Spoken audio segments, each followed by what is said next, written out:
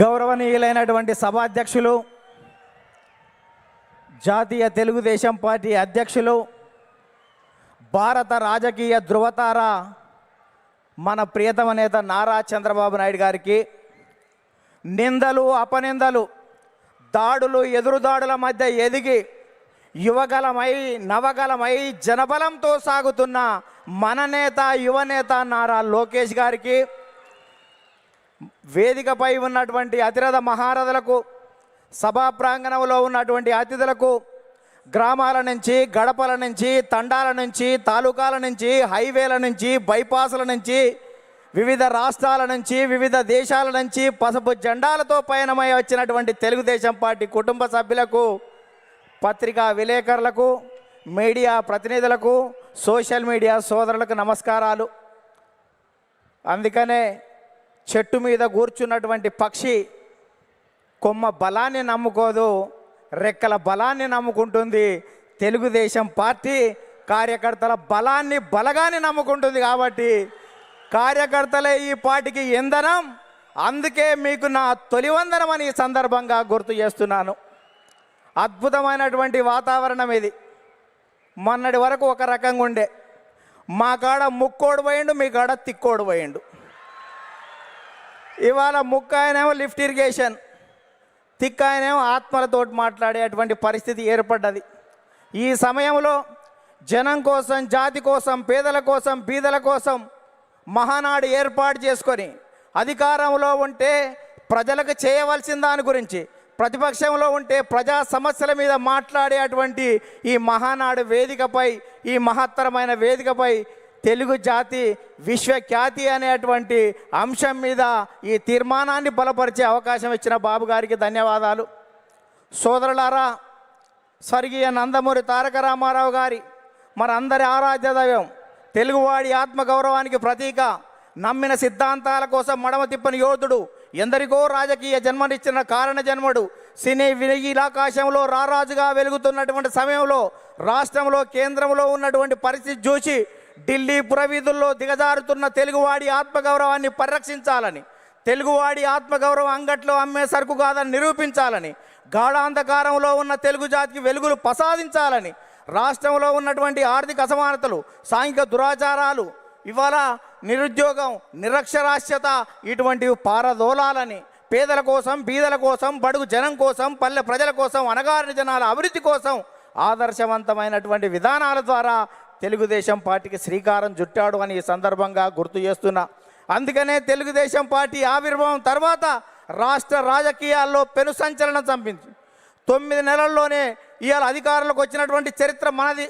భారతదేశ రాజకీయాల్లో సంచలనాలు సృష్టించినటువంటి చరిత్ర మనది.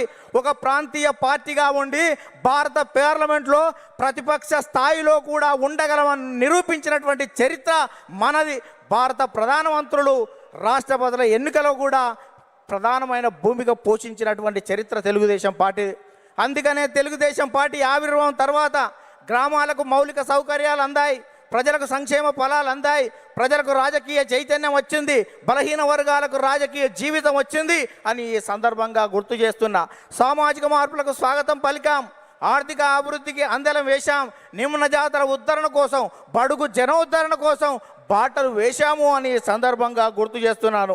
అందుకని సోదరులారా,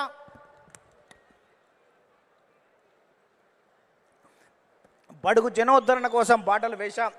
అందుకనే గతంలో రాజకీయాలు భూస్వాములు, ఆసాములు, జమీందారులు, జాగీర్దారులు, దేశ్ముఖులు, దేశ్ పాండేల కబంధ హస్తాలలో ఉన్నటువంటి రాజకీయాన్ని గరీబోళ్ళ ముంద ఉంచినటువంటి చరిత్ర తెలుగుదేశం పార్టీది. కమ్మరి, కుమ్మరి, జాగలి, మంగలి, ఎరకలి, మాల, మాదిగ, వడ్డెర, బలిజ, లంబాడ, కోయ, ముదిరాజ, పెరిక, మేరు, కాపు, వైశ్య, యాదవ నేత, గీత, కార్మిక, కర్షక, బడుగు బలహీన వర్గాల బిడ్డల చేతులకు ఈ రాజకీయ అవకాశాన్ని తీసుకొచ్చినటువంటి చరిత్ర తెలుగుదేశం పార్టీదని ఈ సందర్భంగా గుర్తు చేస్తున్నా. అందుకనే స్వర్గీయ నందమూరి తారక రామారావు గారు 2 రూపాయల కిలో బియ్యం పెట్టాడు. ఆ రోజు ఉన్నటువంటి తినేవాడికి తిండి, ఉండడానికి ఇల్లు, కట్టుకోవడానికి బట్టలు ఉండాలని 2 రూపాయల కిలో బియ్యం పెడితే 30 సంవత్సరాల క్రితం, 40 సంవత్సరాల క్రితం తెలుగుదేశం పార్టీ పెడితే ఈ దేశంలో ఆహారత భద్రత చట్టం మనం పెట్టిన దానికి 20 సంవత్సరాల తర్వాత ఆహారత భద్రత చట్టం వచ్చింది. అంటే తెలుగుదేశం పార్టీ ఒక నిర్ణయం చేస్తే ఈ దేశం వివిధ రాష్ట్రాలు 20 సంవత్సరాల తర్వాత ముందు చూపుతోటి చేస్తున్నటువంటి పరిస్థితి ఉంది. మనం మహిళలకు ఆస్తి హక్కు 30 సంవత్సరాల క్రితం ఇస్తే భారత పార్లమెంటులో మనం నిబంధన పెట్టిన తర్వాత 15-20 సంవత్సరాల తర్వాత కూడా భారత పార్లమెంట్లో పెట్టేటువంటి పరిస్థితి ఉంది. అందుకనే ఈ దేశంలో ప్రతి చట్టం కూడా తెలుగుదేశం పార్టీ ముందు చూపుతోటి విజన్ 20 తోటి ముందుకు పోతున్నటువంటి పరిస్థితి ఉంది. అందుకనే స్వర్గీయ నందమూరి తారక రామారావు గారు తర్వాత మన ప్రియతమ నేత నారా చంద్రబాబు నాయుడు గారు అధికారులకు వచ్చిన తర్వాత రామన్న రూపుదిద్దినటువంటి ఈ పార్టీని చంద్రన్న తీర్చిదిద్దాడు.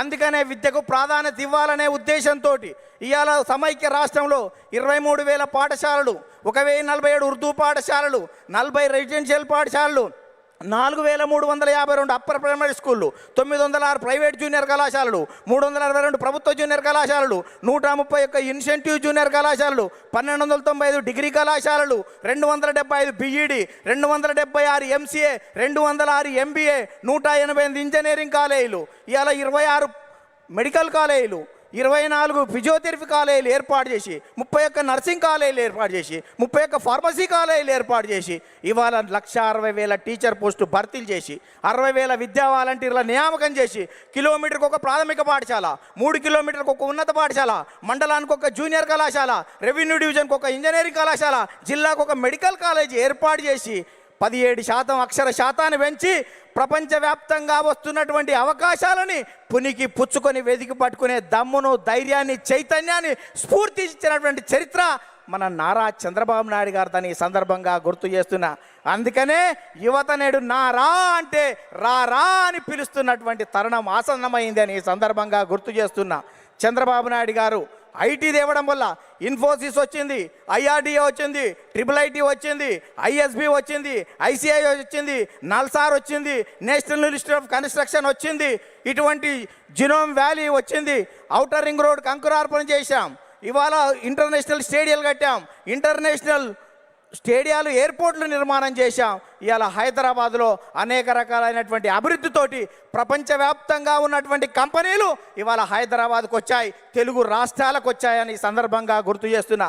తెలుగుదేశం పార్టీ ప్రపంచవ్యాప్తంగా ఉన్నటువంటి తెలుగు వాళ్ళ కోసమే పనిచేస్తుంది అని ఈ సందర్భంగా గుర్తు చేస్తున్నాను.